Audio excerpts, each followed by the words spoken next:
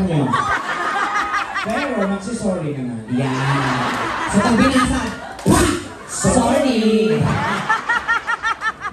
So ano lang po ha? Okay ba yun?